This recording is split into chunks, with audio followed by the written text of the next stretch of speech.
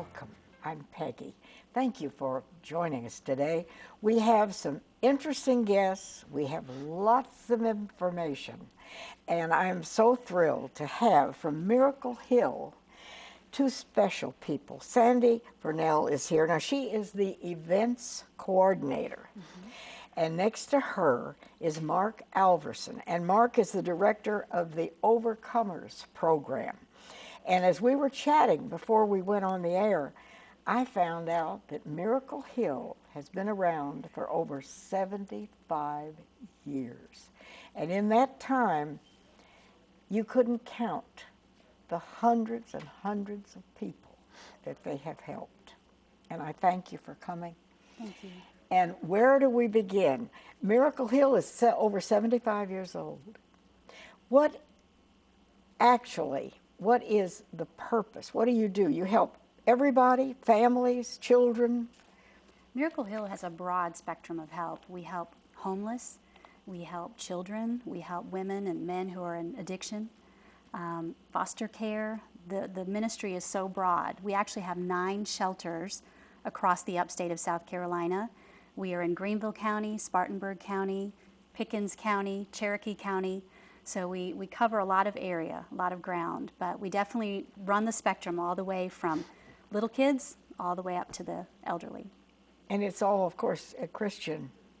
Absolutely. Outreach. I would say that's at the heart of Miracle Hill, is sharing the gospel. So whether we're working with children or women or men, homeless, whatever it may be, our ultimate goal is to share the gospel and help bring them into relationship with Jesus Christ and ultimately help them to become productive members of society.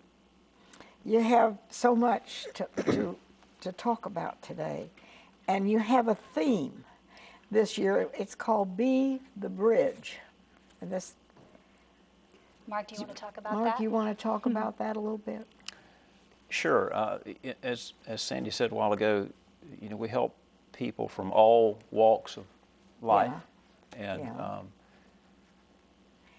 we exist for homeless men, women, and children to receive food, shelter, clothing, hear the good news of Jesus Christ while we assist them in becoming productive members of society. Well, that takes a lot of work. And you have, of course, a complete staff, but do you have volunteers, or are all of these staff members? We have a tremendous amount of volunteers, actually, and we rely a lot on volunteers because that is really a way for people in our community to be the bridge. And that's really a big part of what that theme is all about, because as people give to Miracle Hill, as they volunteer their time, they are actually being the bridge to help people move from a hurting, helpless, hopeless situation into a whole, forgiven, satisfied position with Christ. Now, there's a big event coming up, and let's highlight that for a minute. And then I want to talk to Mark about addiction and what he actually does, because that's just one small aspect of Miracle Hill. But you have this banquet. Now, this is a yearly event. That's right. We have our Greenville banquet coming up on March 18th at the TD Convention Center. And this is an annual fundraiser that we do. We actually do banquets in Cherokee County and also in Spartanburg County, but our Greenville banquet is the one that's coming up next, March 18th. And this is a neat opportunity for people to come and find out more about Miracle Hill, but also to support the ministry. We don't charge to come to the banquet. So in other words, if somebody wants to come to this banquet, they don't have to buy a ticket. That's right. No charge to come to the banquet, but it is a fundraiser. So that evening, not only will you hear our guest speaker, Tullian Chavijan, but you will hear testimonies from people who have been impacted by Miracle Hill, and then people will be given an opportunity to give and support the ministry that night. So they will have that chance. And when you mentioned the guest speaker, he is Billy Graham's grandson. So for the name, if you say his name, there's this picture, it wouldn't register. But then when you say Billy Graham's grandson, everybody knows immediately who you're talking about. That's right. His name's Tullian, and he is from South Florida. He's actually the pastor at Coral Ridge. And he is a minister, isn't he? That's right, Coral Ridge Presbyterian Church. And he's written several books. His book called Jesus Plus Nothing Equals Everything was, I think, not voted as one of the best Christian books ever. His most recent book is called One Way Love, God's Inexhaustible Grace for an Exhausted World. And he's just an incredible writer, credible pastor, and speaker. And we're very blessed to have him come to the upstate, and he will speak that night. He's our keynote speaker, so people who come to the banquet will be treated to a delicious sit-down dinner. They'll have the keynote speaker and then testimonies as well, and they can find out a lot more information about us. Well, now, while Sandy is telling us about this, we do have a phone number for the banquet, or for if you want any information about attending this event on March 18th at 6:30 in the evening. That's the number to call. And they also have a website for Miracle Hill. But this is confusing to people when you say you're having a fundraiser, but you can come to the banquet, and if somebody calls that number, they don't have to pledge, they don't have to say the ticket is $75 or whatever. They just come, and then at the banquet, people give. That's right. We do have opportunities for people to underwrite the cost of the banquet. All right. If that's on your heart and you'd like to actually support Miracle Hill by underwriting the cost of the banquet, we would certainly welcome that. And a lot of people do that ahead of time. They'll actually give towards putting on this banquet. So like a table of 10, you could sponsor, and then you could invite your own friends. Well, and we don't even, it's not even a matter of sponsoring a table. It's just saying, I'd like to give this amount towards helping the cost of the banquet, whatever it goes for, whether it be for the food or the audiovisual or the speaker or whatever the cost may be. People can underwrite that actual cost. Okay. But they don't have to sponsor a table. If you'd like to be a table host, you don't have to pay anything to do that either. Okay, now, but that number is the one you need if you think you might want to come or bring friends or family or whatever. This is a very big event. And tell me a little bit about Billy Graham's grandson, because there's a story behind that. People automatically would think, well, you know, being Billy Graham's grandson, he's raised in a perfect, peaceful, supportive environment, and nothing could be wrong. I mean, that's the way you think about people like Billy Graham. I don't think there is anybody else like Billy Graham, but as a child, this was not his experience. That's right. Tullian was actually a bit of a prodigal. When he was 16 years old, he had been very rebellious in his home, and it basically came to a boiling point with his parents. And his parents said that if you're going to continue on this path, then you can no longer remain in our home. So Tullian left home, and he ended up living with various friends and acquaintances.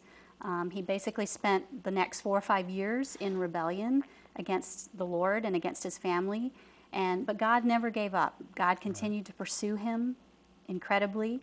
And just through a series of events, he ended up coming back to Christ. And around age 20, 21, he was reunited with his family, reunited with his church. And God has just been doing an incredible work in his life ever since. And he went on to go to seminary and become a pastor, and of course writing lots of books now and talking about this incredible grace that God gives. I think that's why he's so passionate about people understanding what it means to have God's grace in their lives, because he's experienced it firsthand. So he turned away, and then he found his way back, just like the prodigal son in the Bible. That's right, and he'll share that story at our banquet, so I am looking forward to hearing him speak. Well, it sounds like a fabulous evening, and it's something you might want to think about. Put on your calendar March 18th at 6:30 in Greenville, and at the convention center. That's right. And everybody is welcome. And of course, you do not have to spend any money up front, but you would be. They're going to pass the hat, and you hope that people will be generous, because there is no way that you can have the kind of funding you have to do all the programs that Miracle Hill does with just one fundraiser a year. I mean, you need funding all the time, don't you? That's right. We have an annual budget. I believe it's close to $15 million or so a year, and that funds incredible programs. Our homeless shelters, our foster care and family program, food in the community, the Miracle Hill Children's Home. We even have a home up in Spartanburg called Homes for Life. And Homes for Life provides sort of an in-between housing setting for young men who are age 17 to 21. So lots of reach for the ministry in this community. And it started 75 years ago. 1937. And as all that has happened in the years, it's a gift from God, really. On any given night here in the upstate, we house anywhere from 550 to 600 different individuals, helping them in our various shelters. So it's a great impact. So now we're going to talk to Mark, and we're going to talk about this programs that he's so involved in, helping people overcome addictions that are destroying their lives and their families at the same time. But if somebody wants more information about Miracle Hill, or they want to make a contribution, or maybe they want to do some volunteer work, that would be the number that they could call on the screen. It's 864-631-0088. That would be the right number to call. Absolutely, and I would encourage them to visit our website. Or is that the Overcomers That's number? the Overcomers Okay, number. then we want the other one, 268-4357. Correct. 268-4357. Right. And then the website, which is miraclehill.org. That's right. So any of that information would be worthwhile for people to have. That's right. If they go on the website, they can actually fill out the application to volunteer. Okay, now that's the other thing, Sandy. What kind of volunteers do you need? People sitting out there saying, well, maybe I've just retired and I have a little time, I could do something. What do you need people to do? Mark, you've had great experience with I mean, lots of people who volunteers. are not PhDs, Sure. people who don't have special training in doing what you do. What do you need? That's going to be somewhat facility specific. I'll speak for the Overcomer Center specifically. All Let's right. just say as an example. Since we run a program setting where we have classes in the morning and things like that, sometimes we need folks that have the ability to teach. Everybody can serve supper or breakfast. Yeah. That's great. Yeah. But sometimes we need professional volunteers who can teach. We have a gentleman who's starting to volunteer with us now, who is going to head up our in-house literacy program. So that's something that we need. All So when right. guys come in and they don't have their GED, it's part of the program, as part of the mission statement says that they become productive members of society. Yeah. So we help them get their GED. Well, if they can't sit for the GED because they can't read, well, then we need to start with basic reading, basic literacy skills. So people that can teach, or people that can teach literacy, people that aren't afraid to come along and volunteer as a mentor. That's a right. program need. Because you have people of all ages, don't you? I mean, Well, Miracle Hill as a whole does, yes. I know, but this Overcomers program. From no one under the age of 18, and I Yeah, but think the these could- oldest fellow we had to graduate was 70. Okay. So- So that is a wide, Yes. yeah. It so is. Yeah. Okay, so you need people who can do just all kinds of things. And Yes, ma'am. what about you, Sandy? Definitely. When we have our events, we always need help with that. I'm thinking of, in particular, we have our cycling challenge that's coming up in June, and that's a big event. And so we need people to help with the course, people to help on the day of the event. Maybe it's serving food. All of our different shelters have needs along that line, where if somebody wants to come in and maybe serve a meal one night. I know some friends of mine who occasionally will go up to the children's home and they'll just take pizza to the children because it's just a nice break for the house parents to not have to cook. And so things like that can make such a huge And difference. somebody who has a love for children Right. can interact and perhaps read to children, and there are all kinds of activities. And so you don't have to be specially trained. You just have to be willing. And we're going to go to a break, and we'll be right back.